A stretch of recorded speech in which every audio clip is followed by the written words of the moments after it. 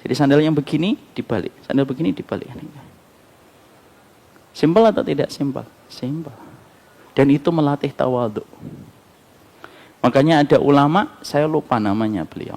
Ada seorang ulama itu, dia itu tiap hari itu nyapu masjid. Lalu murid-muridnya berkata, ini pekerjaan yang tidak perlu engkau lakukan, wahai guru kami. Shh, diam. Jadikan aku belajar bahwasanya semua orang di hadapan pemilik rumah ini adalah sama. Kita tidak pernah tahu amalan rahasia, maka amalan rahasia itu kerjakan. Mari kita belajar dari kisahnya Zubaidah. Bapak Ibu tahu Zubaidah? Insya Allah tidak tahu. Pernah membaca di dalam tafsir Al-Bidayah wa Nihayah? Insya Allah apalagi itu. Selamat datang di channel Tauhid Istiqomah. Semoga video ini bisa membawa berkah untuk kita semua. Amin. Alhamdulillah, tentunya senantiasa kita bersyukur kepada Allah atas seluruh nikmat yang Allah berikan kepada kita. Semoga kita senantiasa memiliki komponen penting di dalam hati kita, memberi makna di dalam perjalanan kehidupan kita. Sesungguhnya kita berjalan bukan dengan kaki. Kaki itu merupakan alat, tetapi intinya itu kembali kepada hati kita. Komponen hati kita tidak akan bisa berjalan pada kehidupan ini dengan ketenangan sampai kita memberikan 3 bumbu rasa pada hati kita. Apa 3 komponen hati yang setiap orang harus punya? Ustadz ataupun tidak ustadz, guru ataupun tidak guru, harus memiliki 3 komponen itu. Dikatakan oleh Imam Ibnu Qayyim, saya bacakan dulu tulisan beliau, nanti saya racikan di dalam bahasa Indonesia. Inna fil jannati lamangzilatun la tunalu illa bisabri indal bala wasyukri indar raha warida bil qada. Sesungguhnya di surga itu ada tingkatan dan lapisan-lapisan. Yang mana tingkatan-tingkatan di surga itu tidak akan bisa didapatkan kecuali orang ketika perjalanan hidupnya memiliki 3 perkara di dalam perjalanan hidup. Dia memiliki syukur, dia memiliki sabar, dan dia harus memiliki ridho. Karena mata perjalanan kehidupan kita, mata uangnya itu pada 3 perkara itu. Syukur tanpa syarat, ridho tanpa batas, sabar tanpa tepi di dalam perjalanan hidup. Dan itulah yang kita berikan di dalam perjalanan kehidupan kita. Kita bersyukur atas seluruh nikmat yang Allah berikan. Dan di antara nikmat yang paling besar adalah nikmatnya kita digerakkan kaki kita untuk duduk di taman ilmu. Supaya setiap dosa yang tadi kita lakukan di waktu pagi, dosa yang tadi malam kita lakukan di waktu malam, ketika kita datang ke tempat ilmu, maka sesungguhnya datangnya kita ke taman ilmu menghapuskan dosa-dosa yang telah kita lakukan sebelumnya. Inilah syukur yang kita berikan kepada Allah atas kesyukuran pada perjalanan menuju kepada surga. Apapun kenikmatan yang mendekatkan kita kepada surga itu jauh lebih baik daripada kenikmatan yang tidak mendekatkan kita kepada surga. Ada orang mendapatkan mobil, tapi mobilnya tidak mendekatkan dia kepada surga. Ada yang mendapatkan kenikmatan jabatan, tapi jabatannya tidak mendekatkan dia kepada surga. Sebaik-baik kenikmatan itu kenikmatan yang mendekatkan kita kepada surga. Kalau kita diberikan kemudahan zikir pagi itu kenikmatan yang sejatinya mendekatkan kita ke surga. Ketika kita mendapati istri kita ngambek, lalu kita bersabar dan tetap tersenyum walaupun pahit, maka itu kenikmatan yang mendekatkan kita ke surga. Ketika ibu-ibu sabar banget mendapati suaminya marah, lalu dia tetap tersenyum manis, walaupun ini langka, ya. Tapi itu merupakan kesabaran yang mendekatkan ke surga. Karena sesungguhnya tidak ada perkara yang paling kita harapkan kecuali kenikmatan yang mendekatkan ke surga. Itu yang paling kita harapkan. Ibu dan Bapak, kalau saya berdoa tentang anak saya, anak-anak saya, salah satu doa anak-anak saya itu simpel. Ya Allah, apapun yang Engkau berikan, takdir apapun yang kamu berikan kepada anakku, ya Allah, saya cuma minta satu sebagai hamba-Mu. Semoga semua yang mereka dapatkan dari Engkau itu mendekatkan dia kepada rahmat-Mu dan memasukkan mereka ke dalam surga-Mu. Kalau nanti mereka sekolah, ya sekolah yang mendekatkan mereka ke surga. Kalau dapat guru, guru yang mendekatkan mereka ke surga. Kalau mereka nanti dapat istri, dapat suami, ya suami yang mendekatkan ke surga. Kalau dapat mertua, mertua yang mendapatkan ke surga. Kalau nanti mereka sudah dewasa dan mereka punya menantu, semoga menantunya pun mendekatkan mereka ke surga. Kalau dapat tetangga, tetangga ke surga. Kalau dapat rumah, rumah yang ke surga. Kalau dapat motor dan kendaraan, motor yang memasukkan mereka ke surga. Puncak tertinggi dari sebuah kebaikan itu ketika sudah mendapatkan surga, karena itu merupakan bagian dari rahmat. Selama anak kita mendekat kepada rahmat dan Allah tetapkan kemudahan baginya untuk memasuki surga, maka sesungguhnya kita menjadi orang tua yang paling beruntung pada kehidupan di dunia. Semoga Allah memberikan kesyukuran, dan setiap kesyukuran kita mendekatkan kita kepada rahmat, dan kesyukuran kita memasukkan kita kepada surganya Allah Subhanahu wa taala. Kalau kamu syukurnya masih penuh perhitungan, susah untuk mendapatkan surga. Kalau kita syukurnya itu masih penuh dengan syarat, sulit kita mendapatkan rahmat. Syukur itu tanpa syarat. Apapun yang Allah sudah berikan kepada kita, sudah lebih dari cukup bagi kita untuk bersyukur kepadanya. Kalau ibu sedang diuji dan bapak sedang mendapatkan kesulitan, yakini demi Allah, ada orang yang lebih sulit daripada kita, dan itu pun masih bisa tersenyum walaupun kesulitannya lebih daripada kita. Bukan yang salah itu takdirnya, tapi hatinya yang kurang lapang di dalam syukurnya. Semoga Allah merahmati kita. Bapak dan Ibu yang semoga Allah rahmati, salah satu di antara konsekuensi ketika kita hidup hari ini, kita akan menjumpai kehidupan hari ini itu bukan hanya kita mendapatkan fitnah yang bertubi-tubi pada kehidupan. Ada fitnah perpecahan dan ada fitnah bagaimana setiap orang mereka menghambakan kepada dunia. 1 bulan ini kita dikagetkan dengan satu perkara membuktikan prediksi Nabi tidak salah. Sungai Efrat yang ada di Suriah pun menampakkan emasnya. Dan itu sudah merupakan bagian dari prediksi yang tidak salah, yang sudah dikatakan dan disampaikan oleh Rasulullah SAW, dan itu merupakan di antara warna-warni yang kita dapatkan ketika kita hidup pada zaman fitnah. Kalau Bapak dan Ibu berkesempatan untuk membaca literasi, lalu mendapati zaman fitnah, maka jangan pernah menyangka zaman fitnah itu masih jauh. Tapi kita sesungguhnya berada pada zaman yang kita baca di dalam kitab. Kalau dulu para ulama sekelas Imam Bukhari, sekelas Imam Muslim, Imam Abu Dawud, ketika mereka menyebutkan kitabul fitnah, bab fitnah, mungkin mereka masih membayangkan bagaimana fitnah itu nanti ketika terjadi kepada umatnya Nabi Muhammad. Tapi kalau hari ini kita sebagai salah satu penuntut ilmu, ketika kita membaca tema-tema fitnah, kita harus mengerti bahwasanya zaman fitnah itu hari ini kita menjadi pelakonnya di dalam zaman fitnah, dan kita berada pada zaman fitnah. Salah satu di antara hal yang kadang tidak kita sadari pada zaman fitnah itu, setidaknya saya soroti ada 2. Allah itu akan memberikan kepada kita pada zaman fitnah, orang itu mudah untuk depresi dan mudah untuk frustasi. Hiburan semakin banyak, tetapi tingkat frustasi dan tingkat depresi semakin besar. Orang begitu mudah untuk stres, orang begitu mudah untuk tertekan, dan orang begitu gampang untuk terpressure. Karena apa? Ya mungkin karena terlalu banyak perkara yang terjadi sedemikian cepatnya, dan terlalu banyak informasi sedemikian cepatnya kita dapatkan, sehingga akhirnya konsekuensinya banyak orang itu stres dengan berbagai masalah yang mereka temukan.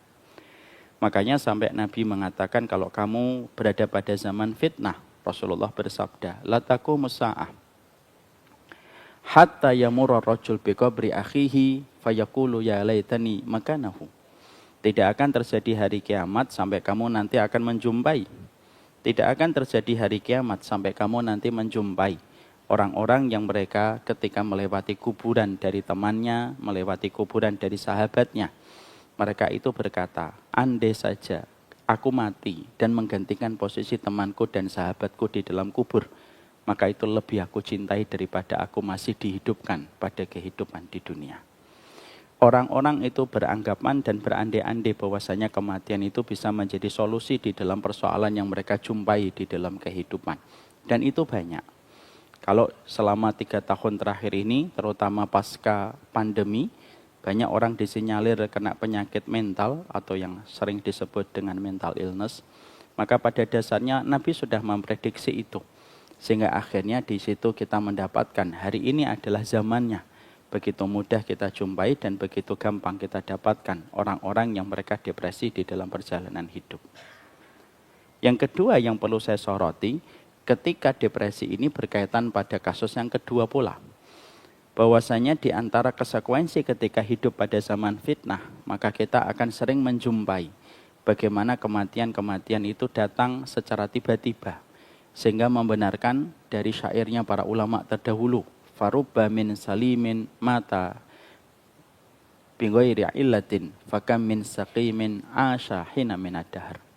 Maka Rasulullah Shallallahu alaihi wasallam salah satu penyair pernah menyampaikan berapa banyak orang yang sehat umurnya lebih pendek daripada yang sakit, dan berapa banyak orang yang sakit umurnya lebih panjang daripada yang sehat. Hari ini kita akan jumpai salah satu fenomena yang apabila kita membaca di dalam literasi kitab pada hadis-hadis Nabi, kita akan menjumpai satu fenomena yang disebut dengan mautul faj'ah. Mautul faj'ah itu kematian mendadak. Sehingga orang yang terkadang kita lihat di waktu pagi masih tersenyum, tetapi keluarganya berurai air mata ketika orang itu sudah meninggal dunia. Sore hari dia masih menemani anak-anaknya mungkin karnaval, tapi bisa jadi malamnya dia telah terbungkus dengan kain kafan. Bisa jadi ada orang yang sedang berobat, lalu sudah membuat perjanjian dengan dokternya, dan dokternya masih merasa kondisinya masih bisa untuk ditunggu, tapi ternyata meninggal di kamar mandi. Itu menunjukkan kepada kita salah satu konsekuensi yang akan akrab dengan berita-berita yang akan kita jumpai kalau kita berada pada zaman fitnah. Bukan hanya berita tentang pertikaian, tapi yang paling juga akan mewarnai berita-berita yang akan kita dengarkan, informasi yang kita jumpai dan kita dapatkan, banyaknya orang yang meninggal dunia secara mendadak. Kedokteran biasanya menerangkan dengan konsep sederhana, matinya mati karena jantung. Karena yang paling dekat itu secara medis. Tapi tentunya itu bukan hanya sekedar jantung, tapi itu merupakan sebuah konsekuensi. Di antara zaman fitnah ada sebagian dari kita yang diwafatkan oleh Allah dalam kondisi mendadak. Dan kita tidak tahu di antara kita siapa yang diwafatkan dalam kondisi mendadak ketika sudah datang takdirnya pada perjalanan hidup kita. Ada yang meninggal pada usia 50, ada yang meninggal usia 30, ada yang meninggal umur usia 35. Dan itu merupakan konsekuensi yang pasti kita jumpai pada perjalanan hidup kita. Ada salah satu orang yang saya kenal baik sekali. Istrinya pun juga bersahabat dengan istri saya. Maka beliau subuh, beliau membangunkan istrinya, bangun sholat subuh. Sembari beliau mengusap lembut kepala dari istrinya. Bangun subuh. Suaminya saat itu membangunkan. Istrinya dalam kondisi masih mencoba untuk menghadirkan ruh. Lalu beliau menggeliat. Tidak sampai 1-2 detik tiba-tiba mendengar suara. Langsung membalikkan, beliau segera wajahnya dan beliau mendapati suaminya sudah terjatuh di atas kasur. Dan tidak lama setelah itu, tidak sampai 1 menit perjalanannya begitu cepat, meninggal dunia. Ada salah satu teman saya yang saya dekat. Bagaimana kejadian 2 pekan atau 3 pekan yang lalu. Malamnya masih bermain pingpong. Begitu bergembira. Beliau pingin, niatnya pingpong adalah mencari keringat untuk bisa memberikan kesehatan. Tiba-tiba ada rasa sakit di dadanya, duduk sebentar. Lalu dia merasa mual, lalu akan dibawa ke klinik. Di dalam perjalanan meninggal dunia. Itulah yang menjadikan kita semakin paham dan itu menjadikan kita semakin mengerti bahwasanya di antara perkara yang pasti kita temukan ketika kita berada pada fase akhir perputaran dunia ini, sebelum dunia ini akan menemukan kita dengan sebuah fakta matahari terbit dari arah barat, maka kita akan menjumpai kematian mendadak. Siapapun di antara kita yang mendengarkan berita itu, pertama kali pasti kita berpikir, bagaimana dengan saya? Apakah saya bisa panjang sampai 70 tahun? Apakah saya bisa panjang sampai 80 tahun? di mana fakta-fakta ini sering kita jumpai bagaimana satu persatu orang yang kita kenal meninggal dunia. Maka yang kita khawatirkan bukan untuk menjawab apakah kita nanti ditakdirkan mati mendadak. Tapi yang paling penting itu adalah bagaimana mempersiapkan ketika hari itu datang. Walaupun kalau boleh meminta, kita tentunya ingin supaya sakitnya itu diberikan. Kalaupun kita boleh berdoa, kita ingin matinya itu diberikan tanda-tanda yang kita sadari sebelum kita meninggal dunia. Setidaknya supaya kita bisa mempersiapkan. Makanya kadang-kadang ada orang diberikan sakit oleh Allah sebelum meninggal dunia, itu tanda rahmat yang Allah berikan kepadanya. Bukan karena Allah mengadabnya, bukan. Kadang-kadang ada orang yang diberikan sakit sebelum meninggal dunia karena Allah memperlihatkan dan memberikan kepadanya rahmat. Rahmat apa yang terlihat bagi mereka yang sakit sebelum meninggal dunia? Satu, Allah ingin menyucikan dan membersihkan dirinya dari dosa supaya ketika berjumpa dengan Allah, sebagian besar dari dosanya sudah ditebus dengan rasa sakit dan perih yang dia terima ketika sakit. Sakit itu cepat sekali menghapuskan dosa. Sakit itu cepat sekali menghapuskan dosa. Bapak dan ibu, saya ambilkan analogi sederhana. Kalau bapak dan ibu punya dua anak. Anak yang pertama, bapak ibu miliki ketika dalam kondisi masih miskin, ketika masih ngontrak.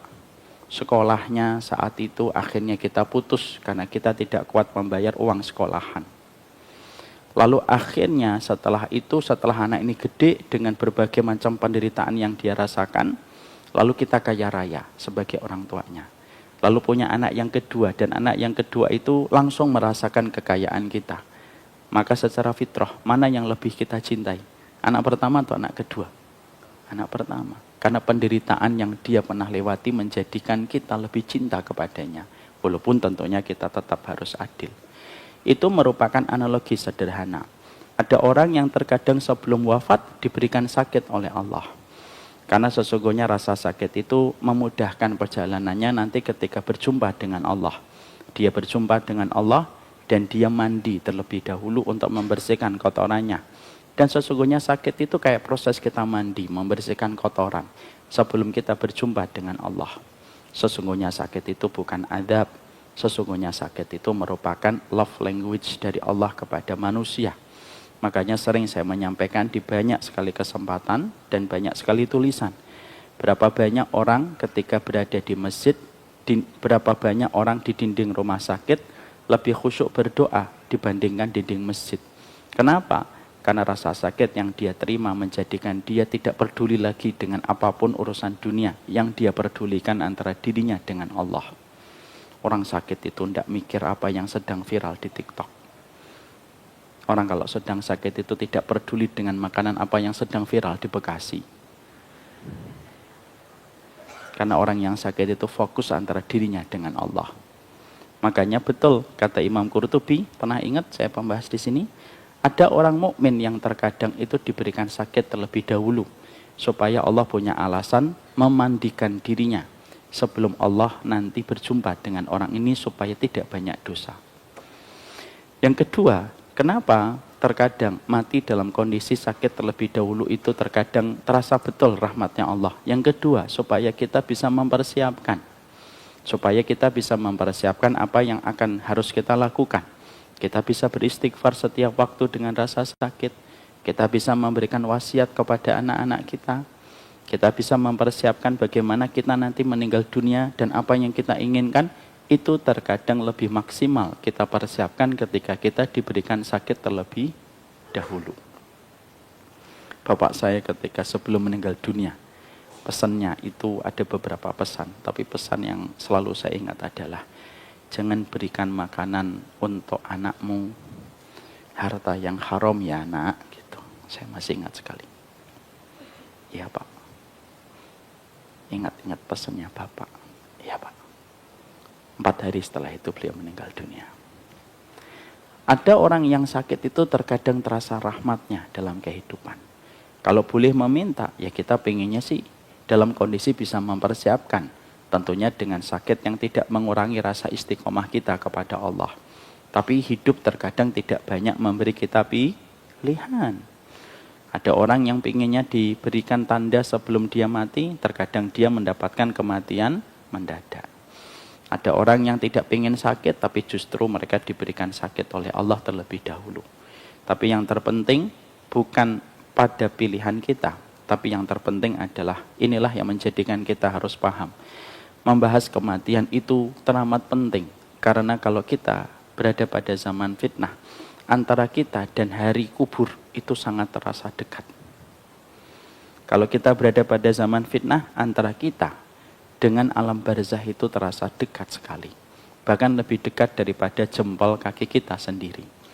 Dan sudah sering kita mendapati, ada orang memasukkan kunci motornya di waktu pagi, yang mengambil kunci motornya di waktu siang orang lain ketika dia bersimbah darah di atas aspal. Na'udzubillah min dzalik, nasallallahu alaihi wasallam.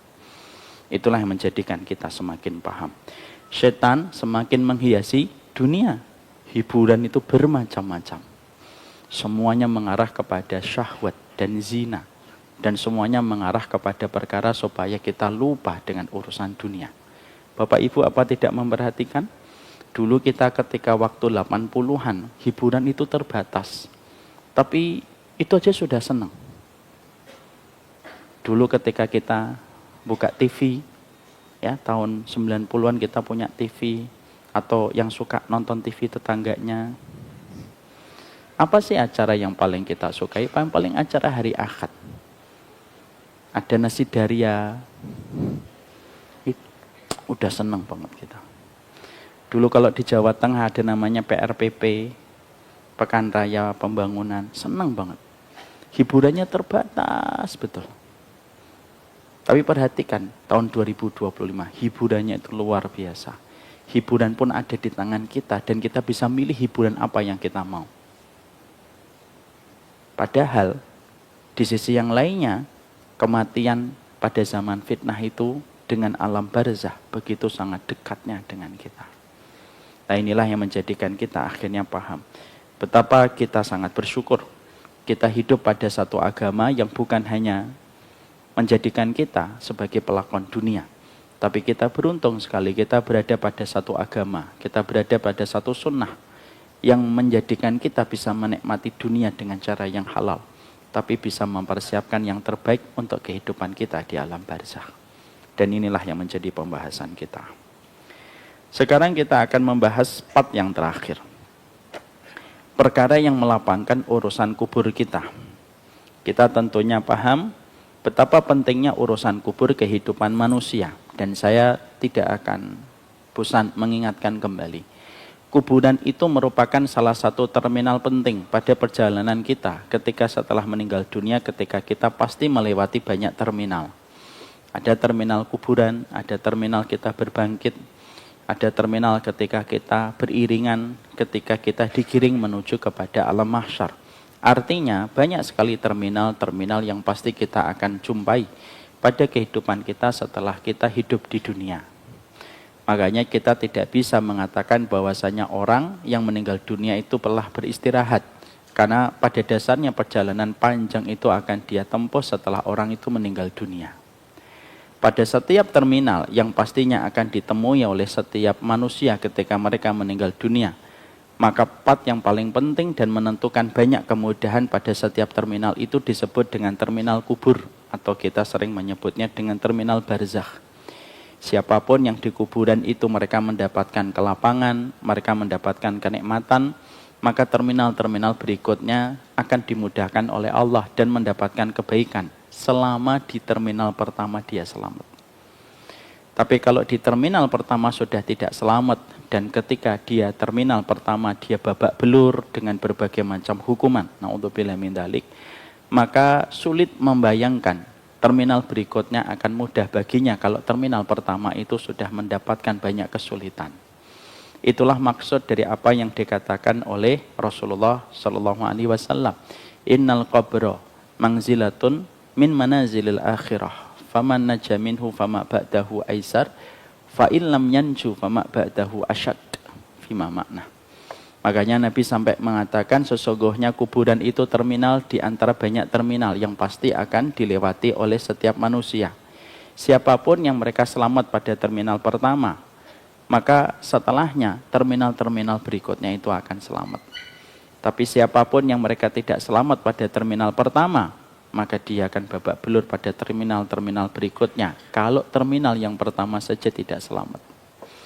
Itulah yang dimaksudkan kenapa Nabi ketika beliau habis sholat, ketika habis tasyahud akhir, beliau membaca Allahumma inni a'udzubika min adabi jahannam wa min adabil qabr wa min syarri fitnatil mahya wal mamat wa min syarri fitnatil masihid dajjal. Kenapa Nabi sampai merutinkan satu doa yang dilazimi oleh beliau setelah membaca tasyahud akhir? Sebelum beliau salam. Kalau beliau berlindung dari azab kubur, kalau beliau berlindung dari azab neraka, kita tentunya bisa memahaminya. Kalau beliau berlindung dari dajjal, kita bisa memahaminya. Tapi beliau juga berlindung dari azab kubur. Kenapa? Karena azab kubur itu mendekatkan seseorang kepada azab jahannam. Dan siapapun yang mendapatkan kenikmatan kubur, dipastikan dia mendapatkan rahmat dan pasti mendapatkan surga. Dan itu pula yang menjadikan kita paham sesungguhnya kondisi dan keadaan ketika seseorang di alam barzah itu kondisinya yang paling nikmat dua. Yang paling nikmat dua. Satu, sebagaimana merujuk kepada hadis yang sahih, nanti kita ketika di alam barzah tidur sebagaimana tidurnya pengantin. Tidur dalam kondisi bersuka cita. Terutama kalau dia menikahi seorang akhwat dan seorang wanita yang telah menjadi pujaan hatinya selama ratusan purnama. Maka dia pasti senang sekali. Malamnya tidurnya itu nyenyak. Dan dia berkata, akulah pemenangnya. Gitu. Itu tidurnya pengantin. Yang kedua yang paling nikmat ketika seseorang di dalam kubur itu apa? Seseorang itu ketika berada di dalam kubur, nikmatnya itu adalah ketika berjumpa dan bertemu dengan keluarganya. Mereka punya kesibukan mengunjungi satu keluarga dengan keluarga yang lain. Akan ada reuni kecil dan ada pula reuni mungil ketika seseorang itu berada di dalam kuburnya. Dan itu merupakan satu hal yang paling membahagiakan. Rindu dari keluarga yang telah mendahului kita akan tertebus ketika kita berjumpa dengan mereka pada kenikmatan kubur. Karena apa? Tidak mungkin Allah tidak mempertemukan untuk membayar semua ketaatan dan kesabaran orang itu ketika menjalani kehidupan di dunia ketika mereka taat kepada Allah. Nabi Muhammad ketika Isra Mi'raj ketemu dengan ruhnya para nabi. Dan sesungguhnya ruhnya orang beriman pun mereka saling berjumpa dan saling bertemu. Dan itu menunjukkan kepada kita, memang kematian itu terkadang membuat kita terkuras air mata. Tapi terkadang kita harus sadar, kematian itu meninggalkan tetapi mendatangi. Ada yang ditinggalkan dari keluarganya yang masih hidup, tapi ada yang didatangi olehnya kepada keluarga-keluarga yang telah wafat sebelum dia wafat. Dia akan berjumpa, dia akan bertemu, dia akan menikmati kehidupan barzah sampai nanti kiamat itu ditegakkan oleh Allah Subhanahu wa taala. Dan itulah yang menjadikan saya mengingatkan kembali sebuah riwayat yang sangat indah. Mu'adz bin Jabal sebelum beliau mengkafani ibunya, beliau memilih kain kafan yang terbaik. Lalu beliau ditanya, "Kenapa engkau memilih kain kafan sebagus itu untuk ibumu?" Karena kain kafan ini akan dipakai mayit untuk saling mengunjungi mayit-mayit yang lain dari keluarganya. Jangan mikir ya, wah banyak pocong-pocong lompat-lompat Ustaz. Itu karena Anda korban film dari sutradara yang tidak bertanggung jawab. Ya tidak semacam itu. Nah itulah yang menjadikan kita paham. Setelah kita memahami betapa dahsyatnya kehidupan alam barzah, dan tentunya kita menginginkan supaya kita selamat dari kehidupan azab kubur dan mendapatkan himpitan dari azab kubur. Tentunya kemarin kita pada awal-awal pembahasan bab ini, karena ini bab yang lumayan panjang ini, 5 kali pembahasannya, berarti sudah 5 bulan. Berarti kita sepakat bahwasanya setidaknya ada 8 perkara yang bisa melapangkan urusan kubur kita. Dan ini upaya membangun bagaimana kehidupan barzah kita menjadi tempat yang paling nyaman pada kehidupan di akhirat. Makanya bapak dan ibu yang sedang diuji dengan kesulitan ekonomi, tidak usah sedih. Itu hanya di dunia saja. Dan pastinya nanti ketika kita meninggal dunia, selama kita taat, kita mendapatkan pengganti yang jauh lebih baik daripada setiap kesulitan yang pernah kita temukan. Bagi Bapak Ibu yang sedang mendapatkan kenikmatan, nggak usah sombong. Karena kenikmatan dan kekayaan yang kita miliki pun tidak akan pernah bertahan lama sampai kita meninggal dunia. Dan kita pun akan meninggalkan. Dan kalau kita taat dengan kekayaan kita, maka diganti dengan yang jauh lebih indah pada kehidupan barzah daripada kehidupan di dunia. Ibu dan Bapak, mungkin ada yang pernah bertanya, Ustadz, kalau surga dengan dunia, itu kan jelas, lebih indah mana? Surga. Itu sepakat, dan tidak ada yang berbeda pendapat. Kalau ada yang masih ragu dengan itu, berarti dia jahil. Surga dengan dunia lebih indah mana? Di situ ada perbedaan para ulama, enggak ada perbedaan para ulama. Surga lebih indah daripada dunia.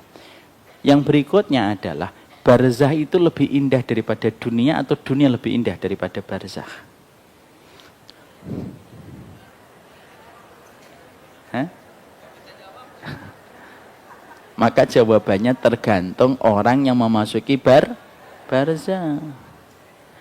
Kalau kita mendapatkan kenikmatan di alam barzah, maka sejatinya barzah itu merupakan secuil dari kehidupan surga.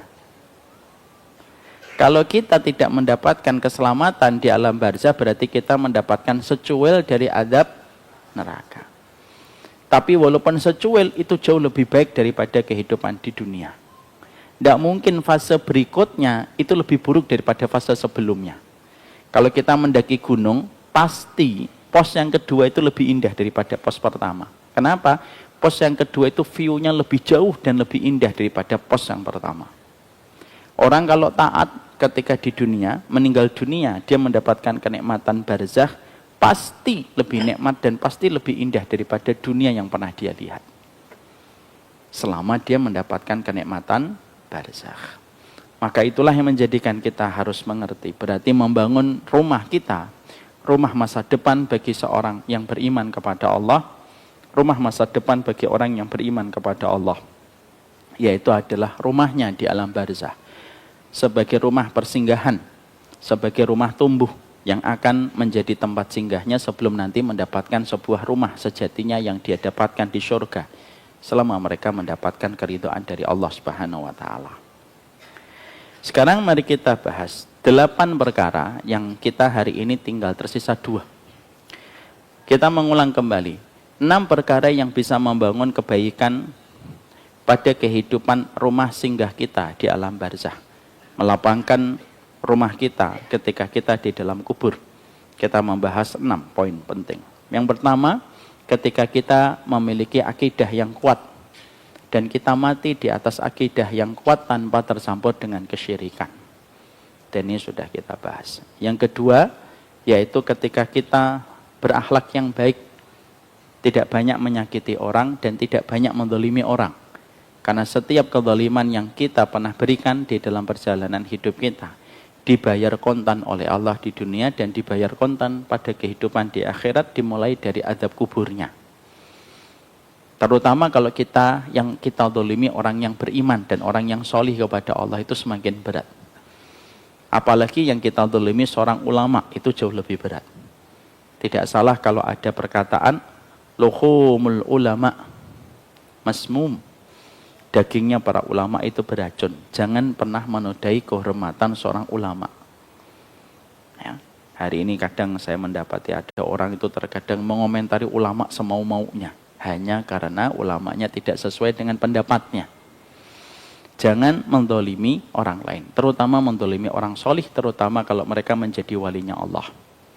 Hajjaj bin Yusuf itu pemimpin dolim. Hobinya membunuh orang dan mengalirkan darah. Siapa orang terakhir yang dibunuh oleh Hajjaj bin Yusuf? Orang terakhir yang dibunuh oleh Hajjaj bin Yusuf itu adalah Sa'id bin Zubair. Dan Sa'id bin Zubair ini ulama, dan beliau dinobatkan oleh para ulama yang lainnya sebagai walinya Allah. Maka ketika Hajjaj bin Yusuf membunuh Sa'id bin Zubair sempat berdoa, "Ya Allah, jadikan aku orang yang terakhir yang bisa dibunuh oleh Hajjaj bin Yusuf." Dipenggal kepalanya, terpisah dari jasadnya Sa'id bin Zubair. Seorang ulama yang berani menyampaikan kalimat yang benar di depan penguasa yang mungkar, itu Sa'id bin Jubair. Beliau tidak sama sekali diam. Beliau menyampaikan kebatilan dan kemungkaran dari Sa'id bin Jubair, dari Hajjaj bin Yusuf. Konsekuensinya beliau dibunuh, dipenggal kepalanya, terpisah dari badannya. Setelah itu maka Hajjaj bin Yusuf setiap malamnya tidak bisa tidur. Karena beliau setiap tidur, beliau bermimpi buruk didatangi oleh Sa'id bin Jubair dan menjadikan beliau tidak pernah beristirahat. Ambruk kesehatannya, memburuk kesehatannya sampai akhirnya meninggal dunia. Ketika Hajjaj bin Yusuf meninggal dunia, maka beliau datang kepada mimpi salah satu saudaranya. Hajjaj bin Yusuf memimpin Irak. Maka dia datang kepada salah satu di antara saudaranya. Saudaranya bertanya kepada Hajjaj bin Yusuf di dalam mimpi, apa yang Allah lakukan terhadap perbuatanmu ketika banyak membunuh orang? Allah mengkisosku atas setiap darah yang aku tumpahkan dari darahnya kaum muslimin. Kecuali darahnya Sa'id bin Jubair. Khusus untuk darahnya Sa'id bin Jubair aku dilipat gandakan hingga 70 kali. Itu menunjukkan kepada kita, berakhlak baik itu wajib. Jangan dolim, terutama kalau orang itu solih. Apalagi kalau dia menjadi ulama. Banyak orang ngaji hari ini tuh nyebut ulama-ulama besar dunia hanya karena ulamanya tidak sama dengan ulama dia. Disebutnya dengan berbagai macam sebutan yang buruk. Hati-hati. Yang ketiga, yang menjadikan kita mendapatkan kenikmatan di dalam kubur kita, menjadi rumah persinggahan kita, yaitu memaafkan setiap kesalahan orang yang pernah berbuat dolim di dalam kehidupan kita. Karena memaafkan itu menjadikan Allah akan mudah memaafkan kita.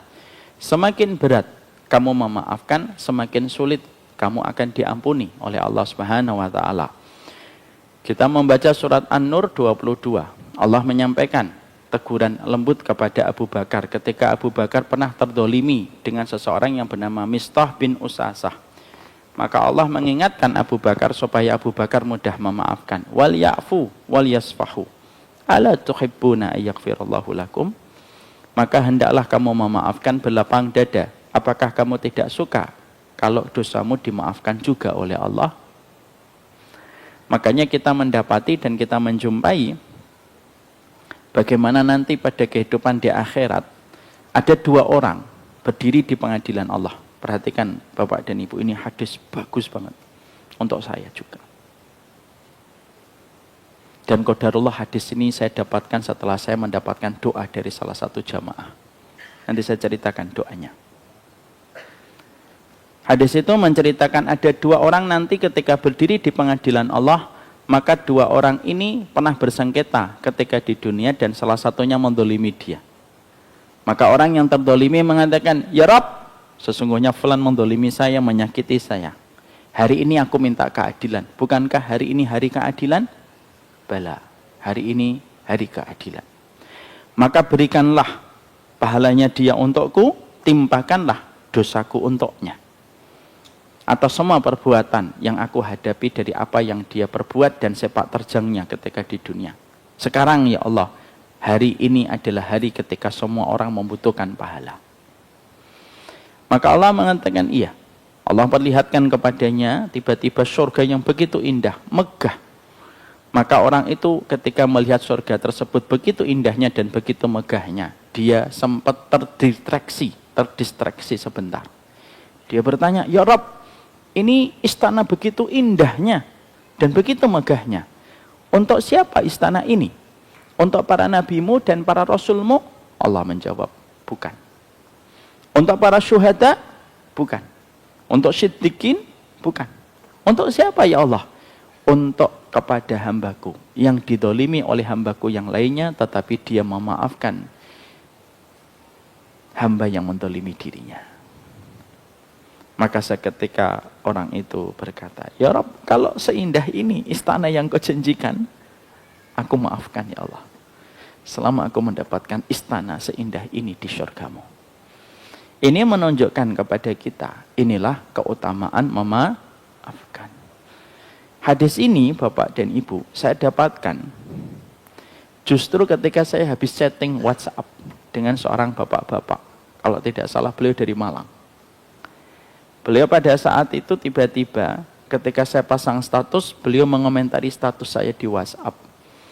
Lalu beliau menyampaikan, Ustadz, ada banyak hadis, ada banyak video kajian Ustadz yang sangat menginspirasi kami dan keluarga. Terima kasih, jazakumullah khair. Semoga menjadi pemberat mizan kebaikan Ustadz. Iya Pak, saya selalu berkata, tolong doakan kami di dalam keikhlasan. Saya jawab, tolong doakan kami di dalam keikhlasan. Dijawab sama beliau, doanya bagus banget menurut saya. Dan saya belum pernah mendapatkan doa sebagus itu. Doanya apa? Semoga Ustadz dan keluarga selalu berada di dalam keikhlasan. Dan semoga Ustadz selalu bisa memaafkan saudara-saudaranya. Sebagaimana Nabi Yusuf memaafkan saudara-saudaranya. Bagus banget doa. Sampai saya komentar, doa Bapak bagus banget. Kenapa menurut saya doa? Di dalam dakwah itu Pak, kadang kita menghadapi pro dan kontra. Dalam dakwah itu terkadang kita menghadapi ada yang suka dan tidak suka. Kalau hanya tidak suka sih tidak apa-apa. Tapi terkadang membencinya itu seakan-akan sama membenci orang kafir. Makanya kalau dakwah, hatinya itu harus sebagaimana hatinya Nabi Yusuf yang mampu memaafkan saudaranya. Dan saya diingatkan itu oleh jamaah saya sendiri. Makanya di situ kita mendapati yang ketiga apa? Yang melapangkan kubur kita, memaafkan. Yang keempat, termasuk di antara ini adalah sabar di dalam ketaatan. Yang kelima, menyembunyikan amal kita. Semakin kita merahasiakan amal ibadah yang telah kita perbuat, semakin besar Allah meridhai. Karena semakin sedikit mata orang yang tahu apa yang kita perbuat, semakin Allah menghargainya sangat mahal. Bapak harus memiliki amal rahasia. Ibu harus memiliki amalan rahasia. Dan ibu tidak boleh memaksa. Setiap apa yang diperbuat oleh suaminya, ibu harus tahu. Tidak bijak kalau ada seorang istri berkata, saya sebagai istri, 1 rupiah yang keluar dari sakunya suami saya harus tahu. Ini salah. Kamu istri bukan auditor. Ya. Nanti suaminya tidak punya amal rahasia. Ya. Sebagaimana kalau ada seorang suami mendapati istrinya melakukan kebaikan yang dia sembunyikan, suaminya tidak boleh marah selama itu hartanya dia sendiri. Dan kita tidak tahu amalan mana yang akhirnya nanti kita menjadikan kita diberi rahmat oleh Allah. Saya punya tetangga, perhatikan, yang menarik saya, ada 2. Ada tetangga saya tidak kenal, tapi setiap subuh, karena saya itu kalau habis subuh, ibu dan bapak, saya itu kalau habis subuh itu muter-muter sama anak-anak, bagi tugas sama ibunya. Ibunya mempersiapkan makanan dan persiapan anak-anak sekolah. Saya bawa adik-adiknya yang masih kecil-kecil. Makanya saya muter-muter komplek. Makanya komplek perumahan Kemang Pratama, saya apal. Mana itu rumah yang dijual, disewa? Tanya sama saya. Saya lebih apal daripada agen properti. Ya. Nanti kalau ada yang pengen jadi tetangga saya di Kemang Pratama, nanya ke saya. Insya Allah saya nggak akan menetapkan 5% sebagai keuntungan. Makanya saya kalau diomongin ada bapak-bapak, Ustaz tahu nggak ada rumah di sini disewa? Tahu Pak, tahu. Yang rumahnya warna hijau kan? Iya. Yang luasnya sekitar 160. Kok Ustaz tahu? Tiap pagi saya lewatin. Ada kebiasaan tetangga saya perhatikan kalau ketemu. Selalu membawa apa ini? Botol mineral. Di dalamnya makanan kucing. Jadi setiap datang, kucing itu langsung ada sekitar 10-12 kucing lah kalau saya tidak salah menghitung. Setiap beliau datang, tak gitu, enggak usah pus, enggak, udah nggak laku itu. Kucingnya kelihatannya Gen Z nih, jadi nggak bisa dengan gaya milenial dipanggil pus, itu milenial. Setiap beliau datang, itu kucingnya datang shoot gitu, dia kasih. Gitu. Udah, beberapa hari lagi saya lihat gitu lagi. Bisa jadi itu amalan rahasia beliau. Dan bisa jadi kucingnya bersyukur kepada Allah atas apa yang dia berikan. Kita tidak pernah tahu di antara amal kita yang kita lakukan itu mana yang diterima oleh Allah, kan? Ada yang kedua, tetangga saya, kebiasaannya unik. Kalau mau ke masjid, ngerapikan sandal. Kalau mau ke masjid, kalau saya lihat beliau lagi jamaah, itu dirapikan sandalnya satu-satu. Jadi sandal yang begini dibalik, sandal begini dibalik. Simpel atau tidak simpel? Simpel. Dan itu melatih tawadhu. Makanya ada ulama, saya lupa namanya beliau. Ada seorang ulama itu, dia itu tiap hari itu nyapu masjid. Lalu murid-muridnya berkata, ini pekerjaan yang tidak perlu engkau lakukan, wahai guru kami. Shh, diam. Jadikan aku belajar bahwasanya semua orang di hadapan pemilik rumah ini adalah sama. Kita tidak pernah tahu amalan rahasia, maka amalan rahasia itu kerjakan. Mari kita belajar dari kisahnya Zubaidah. Bapak Ibu tahu Zubaidah? Insya Allah tidak tahu. Pernah membaca di dalam tafsir Al-Bidayah wa Nihayah? Insya Allah apalagi itu. Inilah zaman fitnah.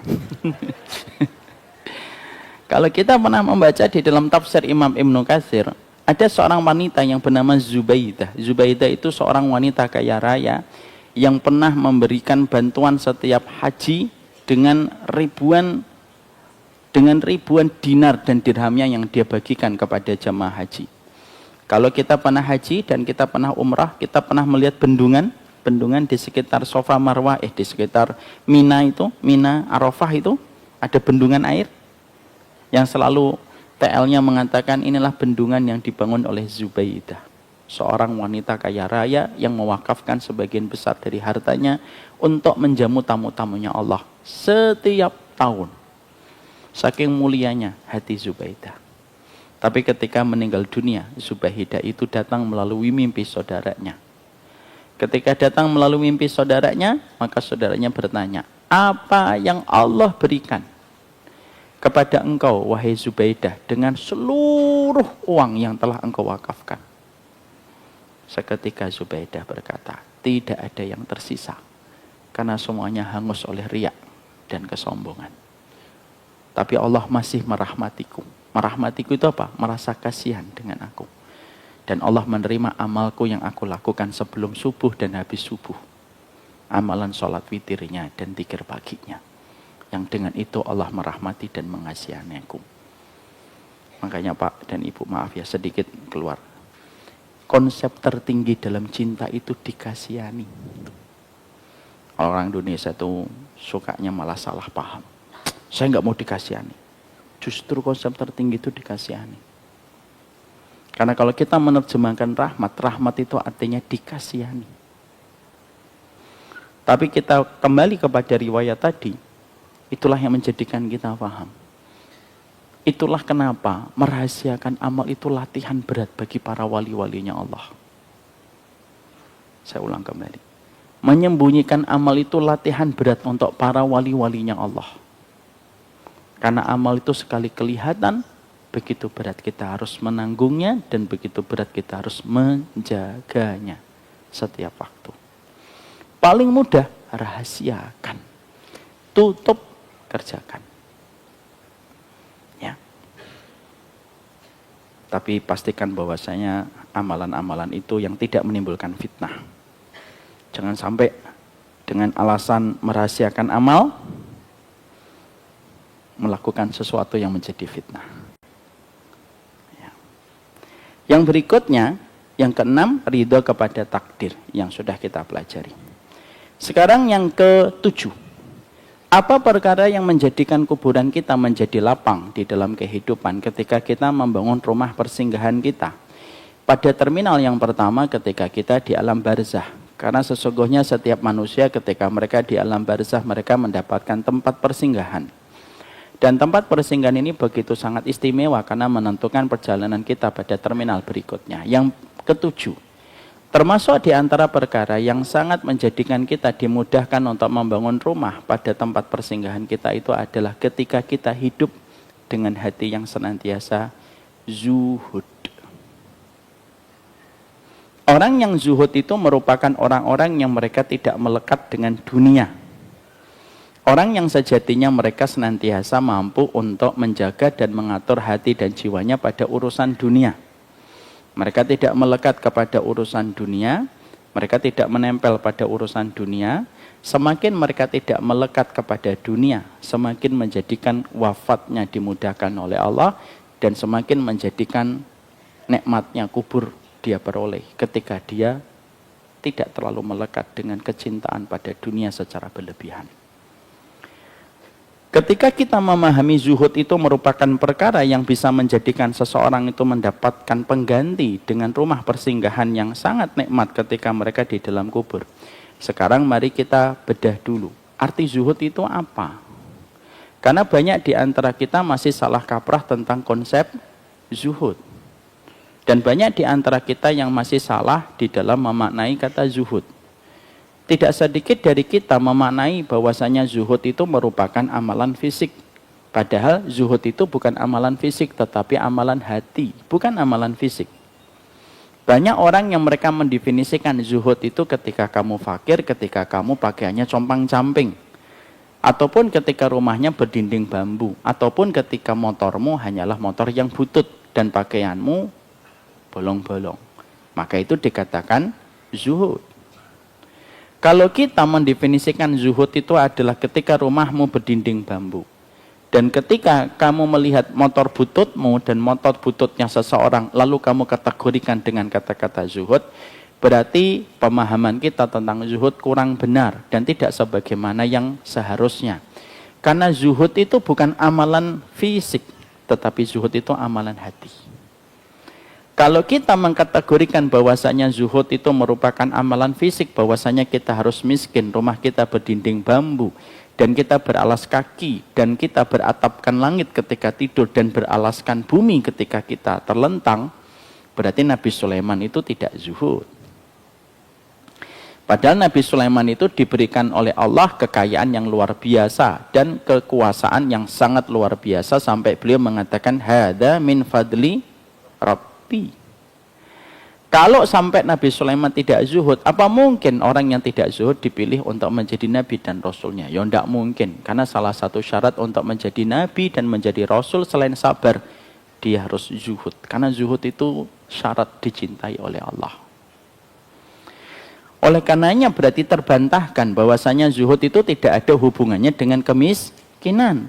Bisa jadi kita menjumpai ada orang miskin tetapi dia tidak zuhud. Ada pula yang terkadang kita menjumpai orang kaya tetapi dia zuhud.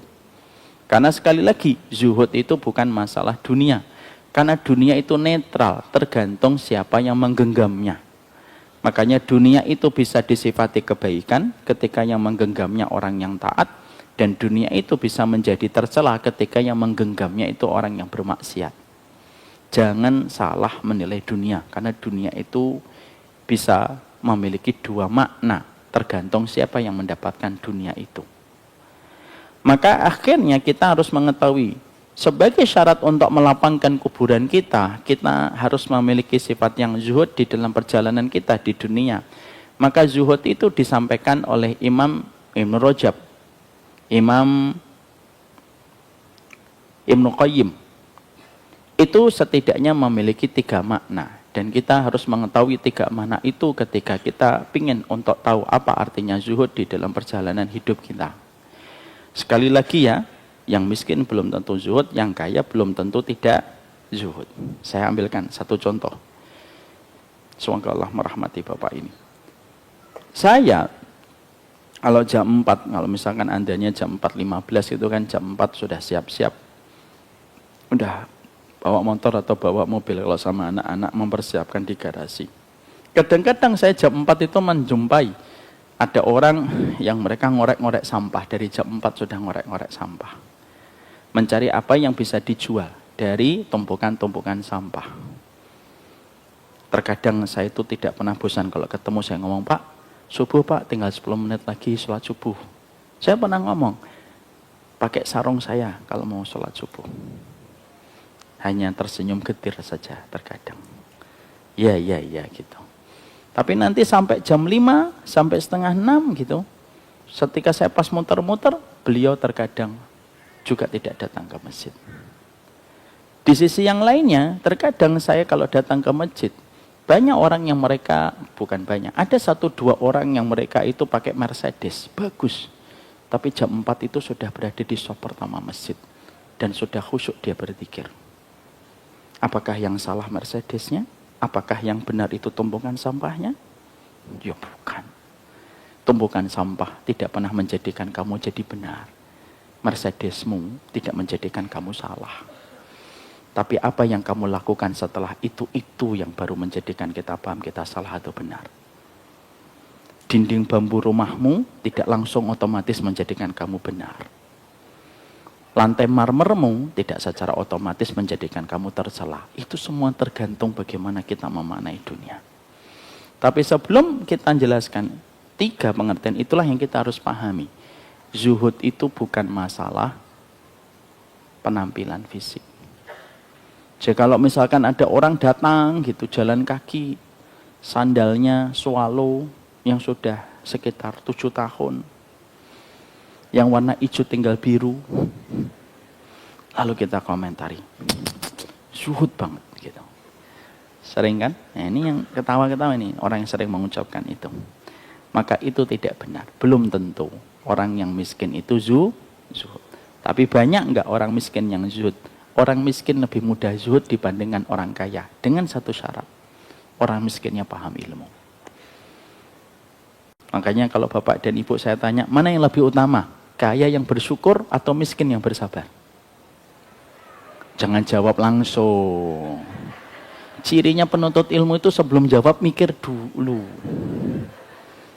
Nanti saya tanya dalil bingung.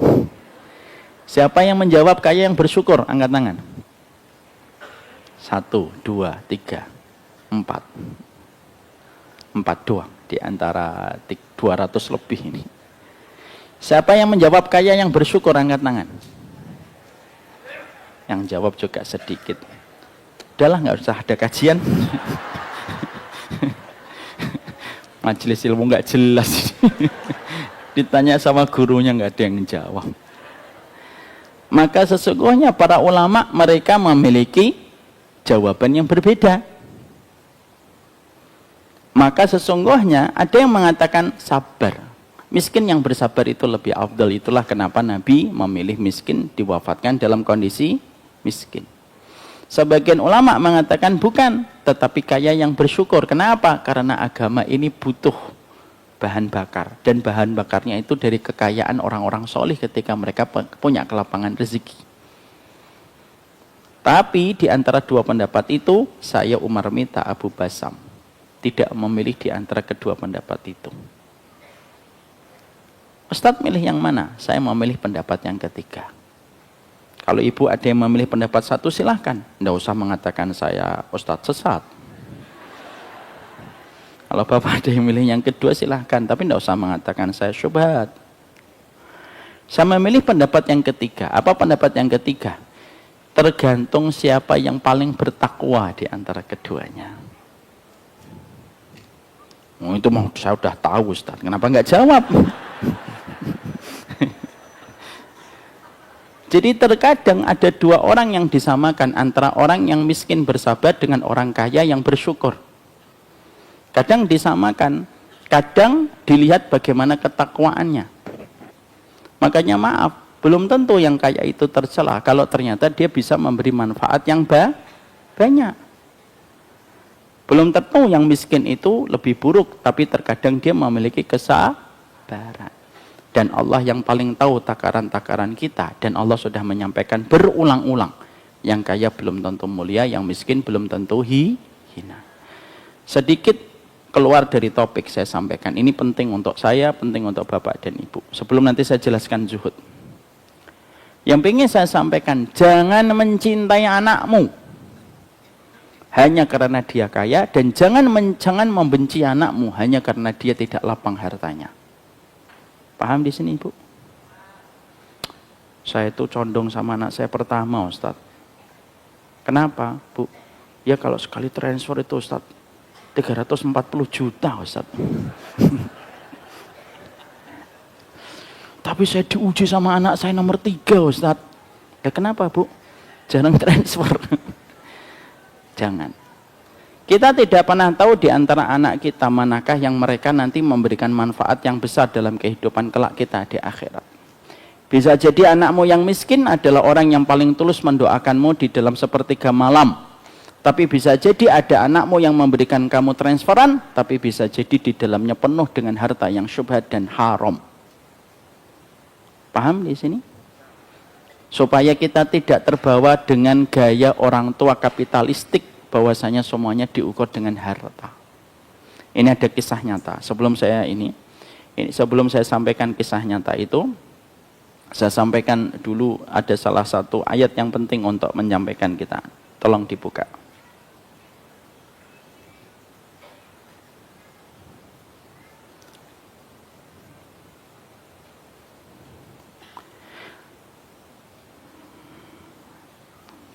Surat An-Nisa ayat yang ke-11, dibaca nak.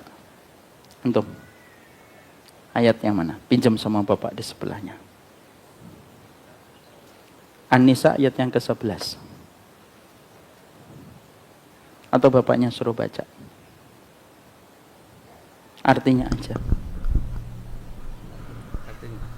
Allah mengisyaratkan bagimu tentang pembagian pusaka untuk anak-anakmu, yaitu bagian seorang anak laki-laki sama dengan bagian 2 orang perempuan. Dan jika anak itu semuanya perempuan lebih dari 2, maka bagi mereka 2/3 dari harta yang ditinggalkan. Jika anak perempuan itu seorang saja, maka ia memperoleh separuh harta. Dan untuk 2 orang ibu bapak, bagi masing-masingnya 1/4 dari harta yang ditinggalkan. Jika yang meninggal itu mempunyai anak, jika orang yang meninggalkan tidak mempunyai anak dan ia diwariskan oleh ibu bapaknya saja, maka ibunya mendapat 1/3. Jika ia meninggalkan itu mempunyai beberapa saudara, maka ibunya mendapat 1/6. Ini ayat tentang warisan. Apa-apa dibaca dulu. Teruskan, Pak. Ya, tentang warisan kan. Ya. Terus pembagian-pembagian tersebut di atas sesudah dipenuhi warisan yang dibuat dan sesudah dibayar utangnya. Tentang orang tuanya dan anak-anakmu. Tentang orang tuanya. Nah, dari sini kita jadikan perhatian kita dan fokusnya kita, spotlightnya kita di sini. Dan anak-anakmu.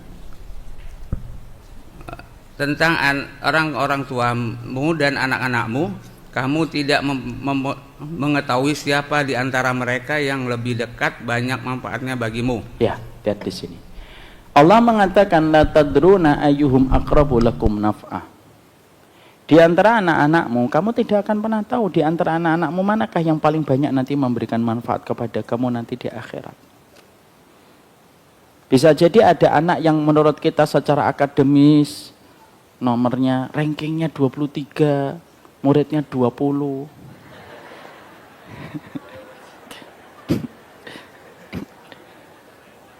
Tapi justru anak itulah yang nanti akan memberikan manfaat yang paling besar untuk bapak dan ibu nanti di akhirat.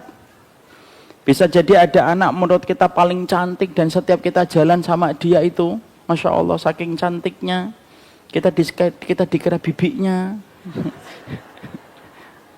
Tapi justru merupakan anak yang terkadang justru menyebabkan kita nanti terseret-seret pada setiap dosanya ketika kita di akhirat. Itulah yang menjadikan kita harus paham. Salah satu di antara kaitannya dengan sifat zuhud ketika menjadi orang tua itu apa? Jangan pernah kamu mencintai anakmu hanya lapang hartanya, dan jangan pernah kamu membenci dan memandang sebelah mata anakmu hanya karena dia belum bisa memberikan kepadamu umrah dan rumah. La tadruna ayyuhum aqrabu lakum naf'a. Ini ada satu kisah nyata. Ada satu kisah nyata bahwasanya ada seorang bapak ngajak adiknya untuk ke Jakarta supaya dia menguji peruntungan di kota Jakarta. Tapi adiknya tidak pernah mau. Akhirnya beliau hidup di salah satu kota kecil, Tegal. Dan akhirnya hidupnya tidak mapan-mapan, ya hidupnya biasa aja. Cukuplah, tidak berlebih. Beliau sempat mengomentari, kamu itu Orang pinter malah tidak mau pergi. Mana bisa kamu beruntung? Susah, struggling ekonomi di kota kecil itu susah. Kesempatannya lebih terbuka kalau kamu di Jakarta, tapi dia tetap tidak mau. Bertahun-tahun dia sebel sama adiknya, Pak. Sampai akhirnya beliau mendapatkan hikmahnya. Ketika ibunya mulai sakit-sakitan, siapa yang paling setia merawat ibunya? Beliau. Nunggu antrian di rumah sakit beliau. Yang bisa saya lakukan, Ustadz, hanya memastikan bagaimana saya bisa mentransfer. Tapi adik saya bukan hanya dengan uang yang dia miliki, tapi dia juga setia nungguin ibu ketika diperiksa, nunggu antrian begitu panjang. Dan ibu saya, sampai-sampai ibu saya itu ketika akan apapun selalu ngomongnya kepada saya, ngomong sama adikmu ya nak, dia yang ngurusin ibu. Dan kalimat itu bagi saya adalah kalimat yang sangat mahal. Jangan pernah menjadi orang tua kapitalistik. Hanya karena anakmu pinter, kamu cintai. Hanya karena dia tampan dan cantik, kamu cintai. Hanya karena gelar akademisnya bagus, kamu cintai. Lalu kamu anggap yang lainnya dengan sebelah mata. Bukan begitu tujuan kita nyari ilmu. Sekarang mari kita bedah. Termasuk di antara perkara yang bisa menjadikan kelapangan urusan kubur kita itu adalah zuhud. Zuhud itu sebenarnya bukan compang-camping, tetapi zuhud itu ada tiga. Tiga makna yang dimiliki oleh sikap zuhud itu sendiri. Dan Imam Ibnu Rajab itu mengatakan, apa itu definisi dari zuhud? Definisi zuhud itu yang pertama simpel. Ketika kamu yakin dengan apa yang dijanjikan oleh Allah daripada apapun yang dikatakan manusia, itu zuhud. Ditulis dulu. Masih belum paham kan? Iya, kan belum diterangkan.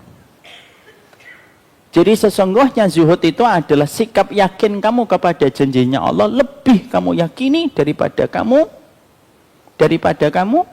mendengarkan perkataan manusia, itu zuhud. Contoh, bapak dan ibu akan membeli rumah. Ketika bapak dan ibu akan membeli rumah, ibu dan bapak mulai menabung sedikit demi sedikit. Teman-teman dan circle bapak dan ibu komen, jadi beli rumah mbak? Jadi. Mana rumah yang dibeli? Nanti. Loh kok nanti? Iya, saya masih nabung. Lah kok nabung? Mana bisa beli rumah kalau harus nabung? Kamu tuh kayak nggak paham inflasi. Hari ini kamu nabung 5 tahun lagi tabunganmu sudah 100 juta. Tapi rumahnya sudah seharga 400 juta. Ya enggak bisa dong mbak dengan nabung mbak. Pakai pinjaman riba. Walaupun ngomongnya enggak pinjaman riba kan. Pakai pinjaman tit gitu. Supaya kamu nanti mendapatkan. Tapi ketika kita mendapatkan komentar itu, kita tetap yakin dan berkata, kalau rumah itu milik saya, pasti akan datang dengan cara yang Allah atur. Dengan cara yang halal. Kalau rumah itu bukan milik saya, rumah itu tidak akan pernah datang kepada saya, walaupun saya menempuhnya dengan cara yang haram. Biarlah saya nabung. Tapi saya mendapatkan rumah itu dengan cara yang Allah cintai, bukan dengan cara yang Allah murkai. Inflasi mbak, inflasi gitu. Makanya pakai dinar supaya nggak kena inflasi. Atau emas. Maka di situ kita mendapati keyakinan bapak dan ibu untuk tidak memakai pinjaman riba, itulah yang disebut dengan sifat zuhud. Ketika kita yakin dengan apa yang Allah janjikan daripada apa yang dikatakan manusia, itu zuhud. Bapak dan ibu terus menyekolahkan anaknya di pondok. Anaknya diajak ngobrol tentang masalah pendidikan dan berkata, nak, ibu itu pengen supaya kamu lebih paham tentang Allah dulu sebelum kamu belajar tentang masalah duniawi. Pondok ya? Tidak apa-apa Mi, tidak apa-apa mah, saya lebih senang di pondok. Ketika rencana itu bapak dan ibu miliki, kerabatnya berkata, mau kemana anaknya? Kemarin saya dengar di SMP dia dapat beasiswa ya, karena nilainya tinggi. Iya. Lanjutin di mana? Lanjutin di pondok. Loh, kok di pondok? Nanti kerja apa? Wong S1 aja sekarang banyak nganggur. Malah di pondok kan. Tiap hari suruh ngaji. Emang cukup makan ayat dan makan hadis?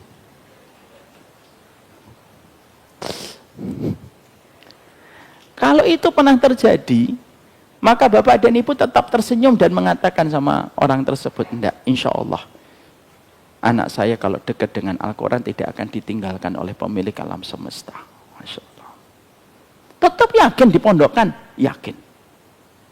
Yakin nanti nggak sekolah di universitas-universitas terkenal, ITB, UI, IPB, Trisakti, nggak pengen di situ, enggak. Nanti, itu nanti, biar anakku punya basic dulu. Kalau sudah punya basic, silahkan dia ngelanjutin sekolah di universitas manapun yang dia inginkan, UI, ITB, IPB. Tapi dia harus punya basic agama dulu. Susah memahami pikiranmu, tapi kita tetap memasukkan anak ke pondok. Itu namanya zuhud. Orang komen, Mbak, kemarin katanya mbaknya sedekah ya? Iya. 500 juta ya? Iya. Apa nggak kebanyakan, Mbak? Enggak. 500 juta itu, Mbak, kalau dipilihkan emas, 200 gram. Tapi tetap yakin, itu namanya zuhud. Kalau dalam konteks dunia perkontenan, ini konten, kalau nggak pakai musik yang viral di TikTok, engagementnya kecil. Tapi kalau lagi viral di TikTok itu, yang viral yang apa itu lagunya saya tidak tahu. Pakai backsound itu, pasti kenceng. Jangan pakai nasyid. Pakai nasyid gak ada yang mau dengar. Terus kita tetap yakin, biar Allah yang datangkan, bukan suara-suara setan yang mendatangkan. Itu namanya zuhud. Paham di sini? Jadi kalau ada anak muda, terus ditanya, umur berapa, Mbak? 25. Udah punya pacar? Nggak usah, Bu. Pacar itu cuma kemungkinannya 2. Kalau bukan jagain jodohnya orang, ya jodohnya kita. Kalau dia jodohnya orang, ngapain saya jagain? Kalau jodohnya kita, lah ngapain saya pacaran? Bagus kan jawaban saya? Jawabannya bapak-bapak yang punya anak sudah gede. Gitu. Terus orang komen, orang kayak kamu kok mesti ada di tahun 2025. Ya enggak bisa kamu nanti dapat pasangan. Nah, saya tetap yakin ta'aruf lebih baik. Pacaran tidak mendekatkan jodoh, dan tidak pacaran pun tidak menjauhkan jodoh. Ya, kamu mah nggak jelas. Tapi kita tetap tersenyum. Itu namanya zuhud. Paham di sini zuhud? Jadi orang yang mereka zuhud itu sebenarnya bukan compang-campingnya, tapi ketika dia meletakkan urusan dunia itu di bawah keyakinan dia sama Allah. Bisa jadi setelah itu dia naiknya sedan, bisa jadi setelah itu dia naiknya jet pribadi, tapi yakinnya sama Allah lebih besar daripada apa yang dikatakan manusia. Itu namanya zuhud. Orang komentari bapak dan ibu, kemana Mbak, Bu, Pak, ngaji. Ya Allah, saya kok bingung sih ngeliatin bapak dan ibu tiap-tiap ngaji gitu. Lalu bapak ibu jawab, saya lebih bingung ngeliat kamu nggak pernah ngaji.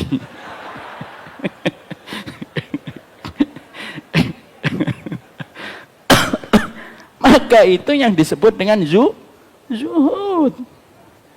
Jadi zuhud itu yakin kepada Allah dengan apa yang Allah janjikan dibandingkan dengan apa yang dikatakan manusia. Makanya kalau ibu-ibu masih percaya TikTok, itu enggak zuhud. Suaminya ngomong,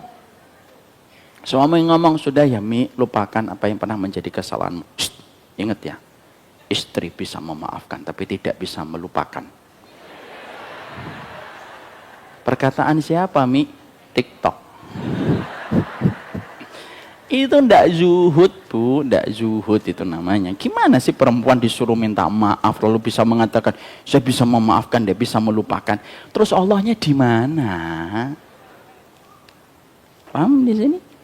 Jadi sikap zuhud itu ternyata ketika kita membahasnya itu ternyata lebih dalam daripada urusan compang-campingnya baju. Lebih jauh daripada urusan ketika kita beralaskan bumi dan berlangitkan langit dan beratapkan langit. Yang salah bukan mobilmu, yang salah bukan dinding bambumu. Tapi yang salah itu ketika kamu lebih mendengar apa yang dikatakan manusia daripada apa yang dikatakan oleh Allah. Mbak, Mbak kan rambutnya bagus, kok pakai jilbab? Kalau mbaknya nggak pakai jilbab, mungkin ada agent yang nanti mungkin meng-hire mbak untuk iklan shampoo. Ganti shampoo, gitu. Dia tetap menutup auratnya. Itu zuhud. Jadi zuhud itu diperlihatkan sikap hati, dan itu yang pertama. Maka kalau orang ketika mereka memiliki sifat zuhud yang semacam itu, dan dia sudah terbiasa mencari kunci jawabannya itu di hadapan perkataan Allah, orang yang mencari kunci jawaban dalam hidupnya dengan perkataan Allah dan yakin dengan itu, itulah orang yang zuhud. Orang itulah yang nanti akan mendapatkan tempat persinggahan di kuburnya lapang, karena dunia tidak memperbudaknya. Jadi dunia tidak memperbudaknya sama sekali. Hidupnya bukan berdasarkan tren, tapi hidupnya berdasarkan sesuai dengan petunjuk yang dia peroleh. Tapi kalau ada orang dalam hidupnya diperbudak oleh dunia, maka sesungguhnya barzah itu tidak bisa menerima orang yang diperbudak oleh dunia.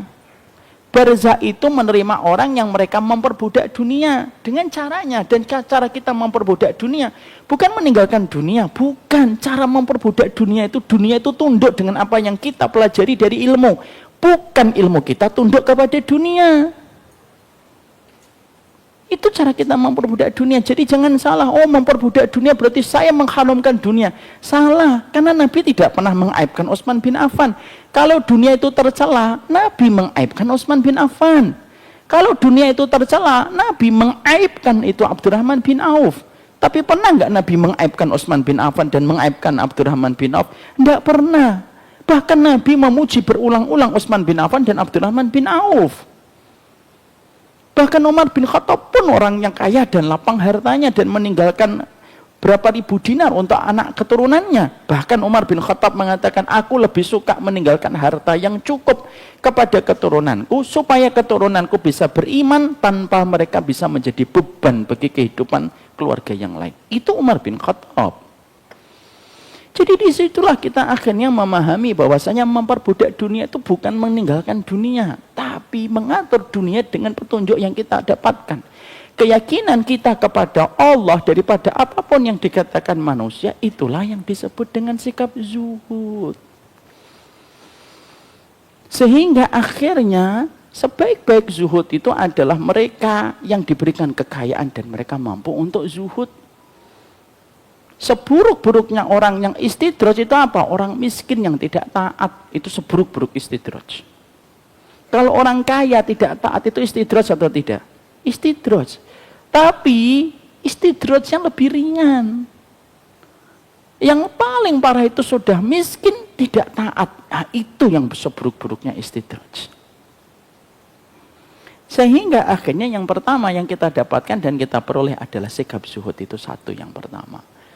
Dia yakin kepada janjinya Allah lebih besar daripada apa yang dikatakan manusia. Itu yang pertama.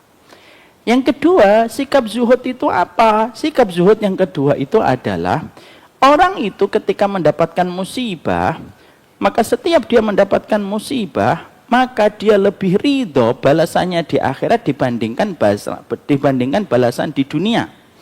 Jadi dia berharap dalam setiap musibah yang dia jumpai, dia tidak mengharapkan balasan di dunia. Tapi dia mengharapkan balasan di akhirat. Tiba-tiba dia mendapatkan musibah, bisnisnya hancur. Dia tidak mengatakan, beri pengganti yang lebih baik ya Allah untuk kedepannya. Tidak. Dia berkata, gantinya nanti di akhirat ya Allah. Kenapa? Karena cintanya sama akhirat menjadikan dia seluruh apapun yang diharapkan untuk diganti tidak didapatkan di dunia tapi di akhirat. Nah, untuk bila mindalik tiba-tiba mobilnya hilang, mendapatkan musibah, tiba-tiba mobilnya hilang, maka dia berkata, kalau bapak dan ibu mendapatkan musibah, bapak dan ibu diberikan dua pilihan. Satu, bisa untuk mendapatkan balasan di dunia, tapi yang kedua mendapatkan balasan di akhirat. Kan kita kalau mendapatkan musibah doanya apa?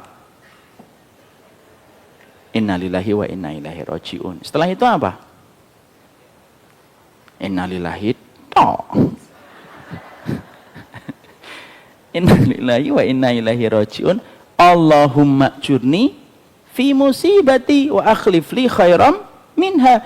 Ya Allah, berilah aku pahala atas musibah yang aku dapatkan dan berilah aku pengganti yang lebih baik. Lah pengganti itu kalau dia orangnya zuhud, penggantinya itu nanti di akhirat. Penggantinya nanti di akhirat. Dia kehilangan suaminya, meninggal dunia. Ya Allah, berilah aku pengganti yang lebih baik. Tapi aku minta penggantinya ndak usah di dunia, ya Allah. Jangan sampai foto model itu melamarku, ya Allah. Dan berilah pengganti kebaikan untukku nanti di akhirat. Itu namanya orang yang zuhud.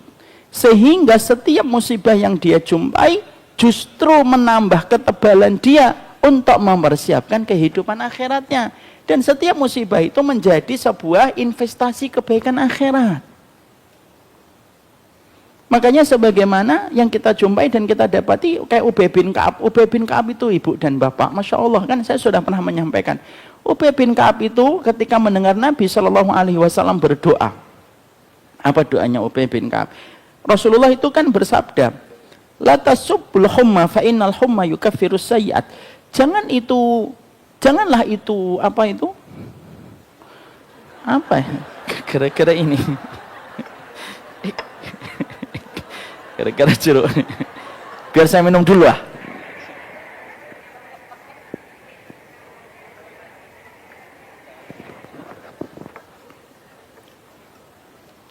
Baru balik. Rasulullah mengatakan la tasubbul humma fa innal humma yukaffiru sayyi'at. Jangan celah itu penyakit demam. Penyakit demam itu menggugurkan dosa. Apa doanya Ubay bin Ka'ab? Ya Allah, kalau penyakit demam menggugurkan dosa, tolong kasih aku demam ya Allah. Loh, ini nyata. Tolong kasih aku demam. Demam yang tidak memberatkan kehidupan duniaku tetapi menghapuskan dosaku nanti di akhirat. Dikabulin Pak sama Allah. Beliau setiap sore demam. Ya. Demamnya dari sore, malam demam panas sampai pagi. Paginya turun demamnya. Sore hari lagi habis asar demam lagi. Terus sampai subuh. Setiap itu. Makanya nanti kalau buka di kitab, mana sahabat yang tiap hari demam sampai dia meninggal dunia? Jawabannya adalah Ubay bin Ka'ab. Kenapa kok begitu? Karena dia memiliki hati yang zuhud. Seorang wanita budak hitam memiliki penyakit ayan, datang kepada Nabi, doakan saya ya Rasulullah supaya saya sembuh. Nabi lalu memberikan pilihan dua. Kalau kamu mau, aku doakan kamu sembuh. Tapi kalau kamu mau, sabar, kamu dapat surga. Milih mana? Milih sabar ya Rasulullah. Tapi dapat surga kan? Dapat surga. Sabar.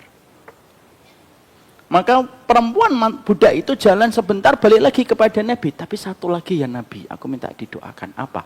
Aku sabar dengan penyakit ayanku, tapi aku minta satu. Kalau penyakit ayanku kambuh, sering banget auratku tersingkap. Secara tidak sadar, aku malu. Boleh nggak didoakan? Auratku tidak pernah tersingkap, walaupun sehebat apapun aku kambuh. Nabi mengatakan, amin. Masya Allah ya. Padahal tersingkap aurat secara tidak sadar, dosa atau tidak sadar? Dosa atau tidak? Dosa. Bandingkan dengan wanita hari ini. Sadar sesadar-sadarnya buka aurat. Alhamdulillah itu. Boleh itu minta, ya Nabi tolong doakan supaya ditutup auratnya. Nabi mengatakan amin. Apa yang terjadi setelah itu? Yang terjadi setelah itu, beliau semakin sering kambuhnya dan semakin hebat kambuhnya. Tapi auratnya ditutup sama Allah. Dan beliau mendapatkan apa yang dijanjikan Nabi. Dapat surga. Itu namanya zuhud. Jadi semua itu ditransaksikan dengan surga. Dan tidak apa-apa. Gantinya surga ya Allah. Nanti habis dari sini, hilang sandalnya. Tidak apa-apa ya Allah. Gantinya surga ya Allah. Itu zuhud. Itu zuhud namanya. Seorang istri diuji dengan suaminya gitu. Ya Allah, tidak apa-apa ya Allah. Tapi gantinya surga ya Allah. Sampaikan gitu. Maka sesungguhnya itulah yang kita dapatkan. Makanya kalau saya kadang-kadang nanya sama bapak ibu nggak dijawab, nggak apa-apa ya Allah, gantinya surga. Gantinya surga. Itu yang kedua. Yang ketiga, sikap zuhud itu apa yang melapangkan urusan kuburan kita? Maka sesungguhnya orang itu dikasih uang atau tidak dikasih uang, dalam perkara-perkara yang sudah dia niatkan ibadah, tidak akan pernah dia itu berubah. Mau dikasih uang, dia tetap menyenangkan. Tidak dikasih uang pun tetap menyenangkan. Dan ini salah satu part yang terberat dalam zuhud. Mari kita buka di dalam surat At-Taubah ayat yang ke-58. Baca. At-Taubah 58. Artinya aja. Ada yang sudah ketemu?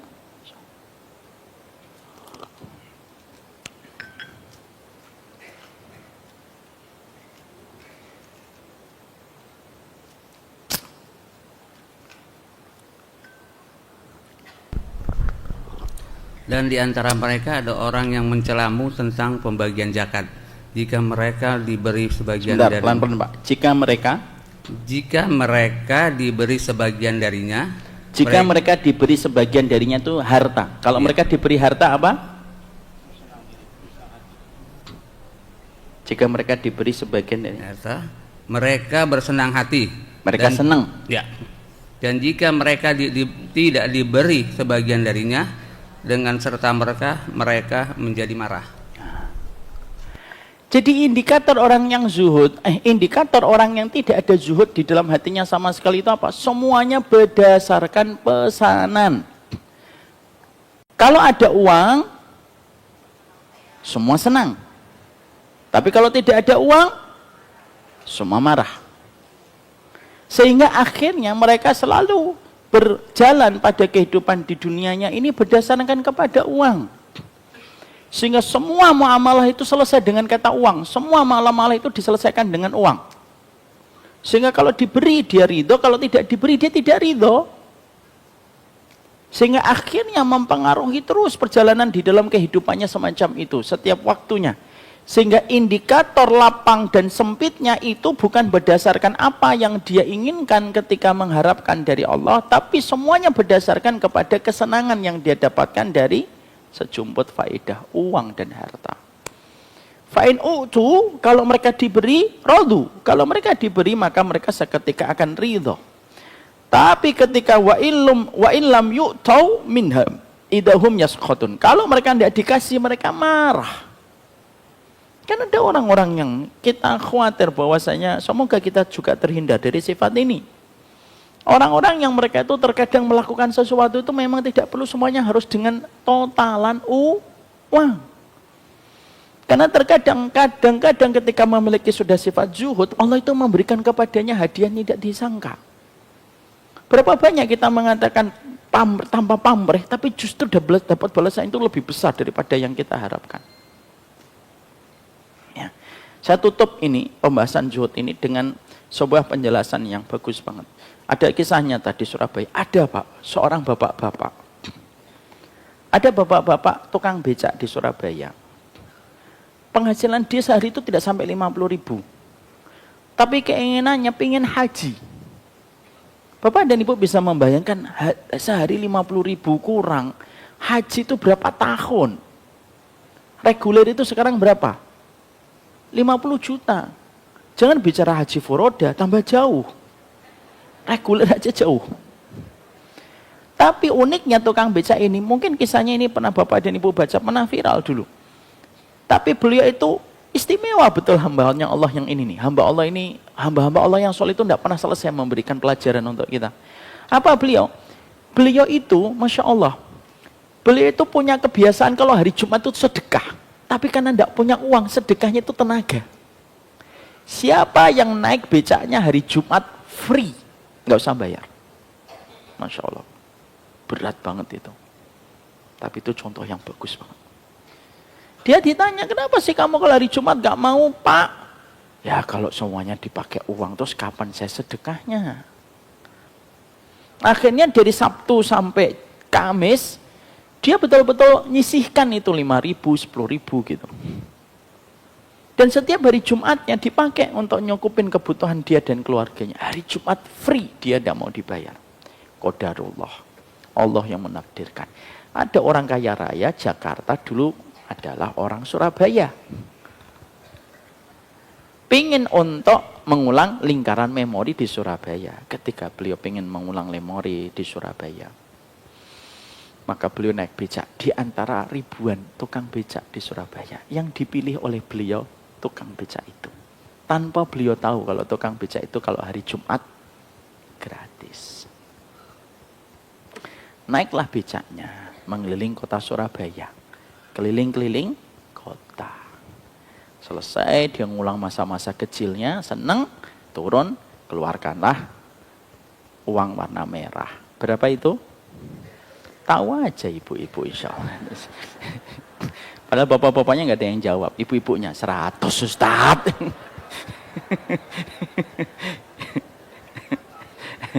100. Ronda 100 itu. Dan ketika dikeluarkan orang 100 itu, tukang beca itu mengatakan, maaf Pak, enggak usah. Loh, kok enggak usah Pak? Kan lumayan perjalanan jauh. Enggak apa-apa. Pak ini Pak uangnya. Enggak usah. Loh kenapa? Saya setiap hari Jumat saya sedekahkan tenaga saya. Pak untuk yang lain aja. Kalau untuk saya bayar. Kan jauh. Enggak apa-apa Pak. Bapak naiknya hari Jumat. Ya kalau mau bayar, nantilah hari Sabtu Pak naik lagi. Nah itu di dalam artikelnya nggak ada tambahan dari saya. Maka setelah itu ketika nggak mau dibayar, beliau ini malah terbayang-bayang dengan wajahnya sang bapak itu. Sampai di hotel, dia terus ngelanjutin aktivitas tuh kayak tersindir. Loh tukang becak bisa sedekah dengan harta, dengan tenaganya. Akhirnya dia, bismillah saya pengen ngasih hadiah. Langsung dia nyuruh stafnya, kan ini orang kaya raya, nyuruh stafnya, cari tukang becak itu. Tukang becaknya yang mana Pak? Orang di sini, orangnya begini. Ini tadi sama saya, naik mobil, nyari tukang becak Pak hari berikutnya. Ketemu Pak tukang becaknya. Terus ditulis surat kepada sang bapak itu. Dikasihkan ke stafnya, kasih ke tukang becak itu. Takutnya kalau saya ngasih dia nggak mau nerima. Karena mungkin ingat saya. Kamu yang kasih. Kasih.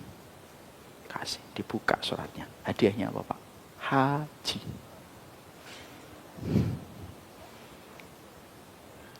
Kadang kita tidak semuanya harus dibalas dengan harta. Makanya disitulah kita mendapatkan apa yang dikatakan oleh Nabi. Ijhad fid dunya yuhibbukallah. Zuhudlah kamu di dunia supaya kamu nanti dicintai sama Allah. Yang menjadikan orang susah mati dalam kondisi lapang dan nikmat itu apa? Unsur kemelekatan dengan dunia yang berlebihan. Semakin nempel dengan dunia, semakin ketika ditarik itu jadi susahnya luar biasa. Karena yang menyebabkan matinya susah itu unsur kemelekatan. Semakin melekat, semakin susah kita dicabut. Semakin kita menjaga jarak, semakin gampang ambilnya. Apa paku yang paling susah diambil? Kalau pakunya itu sudah terlalu dalam. Kalau dalam bahasa Jawanya sudah mendelep. Cabut pakunya. Susah. Udah mendelep. Sudah di dalam. Gimana nyabutnya? Tapi kalau pakunya itu nggak terlalu di dalam, nyabutnya gampang. Itulah kenapa sikap zuhud itu merupakan salah satu sifat wajibnya hati. Salah satu sifat wajibnya hati itu apa? Zuhud. Supaya lapang. Dan supaya lapang kehidupan barzakh kita. Paham ini? Ini nomor 7. Nomor 8, saya sampaikan singkat aja. Nomor 8, apa yang menjadikan rumah persinggahan kita di akhirat itu dimudahkan oleh Allah.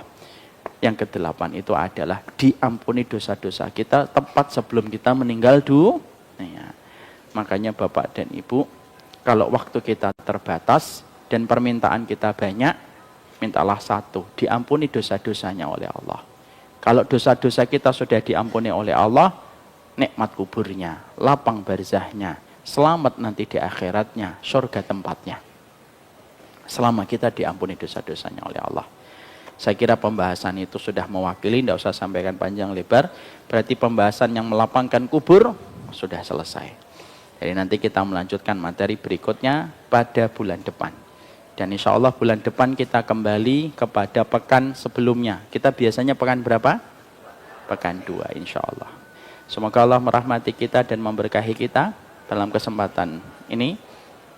Ada pertanyaan? Tidak ada, sudah adzan. Ya. Jadi semoga Allah menjaga kita dalam perkara yang Allah cintai.